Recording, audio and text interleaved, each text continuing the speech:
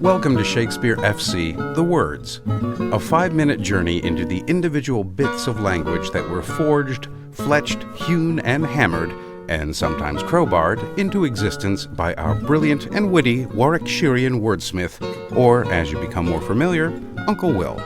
I'm your host, Kari Marshall. Today we take a rough, twisted, and knobbly journey into Uncle Will's tale of power, hypocrisy, and moral dilemmas, where justice and mercy clash when a prudish and puritanical deputy discovers that wielding power is far easier than resisting temptation, and a novice nun learns that righteousness doesn't always come with a happy ending. It is here in this twisted and tangled tale of William's Measure for Measure we find the word gnarled. The play so far. Duke Vincentio decides to hand over power to the puritanical Angelo, ostensibly so he can enjoy a sabbatical in disguise as a friar, but really because the Duke has a curious hobby of conducting social experiments on his subjects, but that's for later. No sooner than the Duke gets into the habit of donning his habit, Angelo begins the enforcement of Vienna's long-ignored moral laws, which is where we meet Claudio, a young man in love and engaged to be married to Juliet, no relation. But he has been a bit over-eager, shall we say, as Claudio must now prepare not just for the upcoming nuptials, but also fatherhood. When this is brought to the attention of Angelo, he immediately seizes on the opportunity to make an example of him, and with draconian zeal sentences young Claudio to death for the heinous crime of premarital sex. Which is where we meet our heroine Isabella, the sister of the doomed Claudio, who is herself a novice nun, fervently committed to her religious vows and moral purity. In Act 2, Isabella visits Angelo and begs him to spare her brother's life. He, however, is having none of it. Your brother dies tomorrow. Be content. So you must be the first that gives this sentence, and he that suffers? Oh, it is excellent to have a giant's strength, but it is tyrannous to use it like a giant. That's well said. Could great men thunder, as Jove himself does?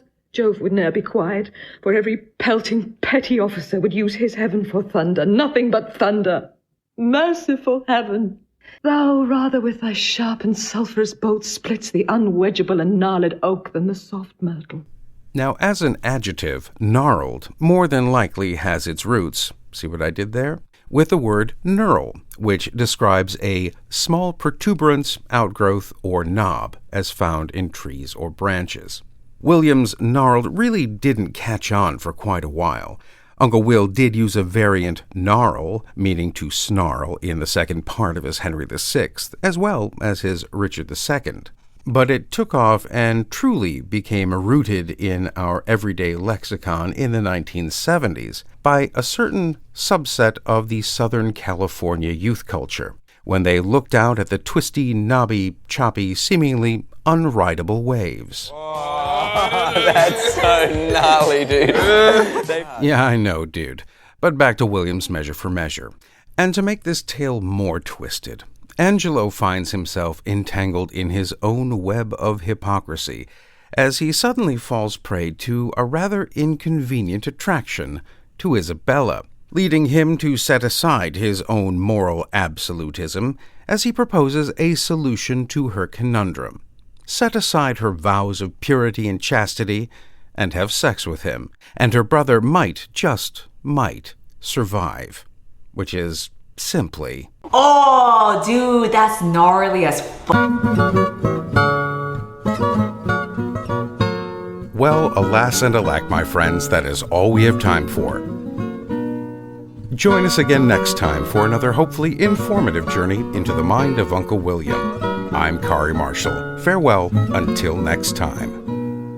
Shakespeare FC is a production of WGTE Public Media and is sponsored in part by a generous donation from the Cowie Family Fund. All previous episodes are available at wgte.org/sfc or wherever you get your podcasts.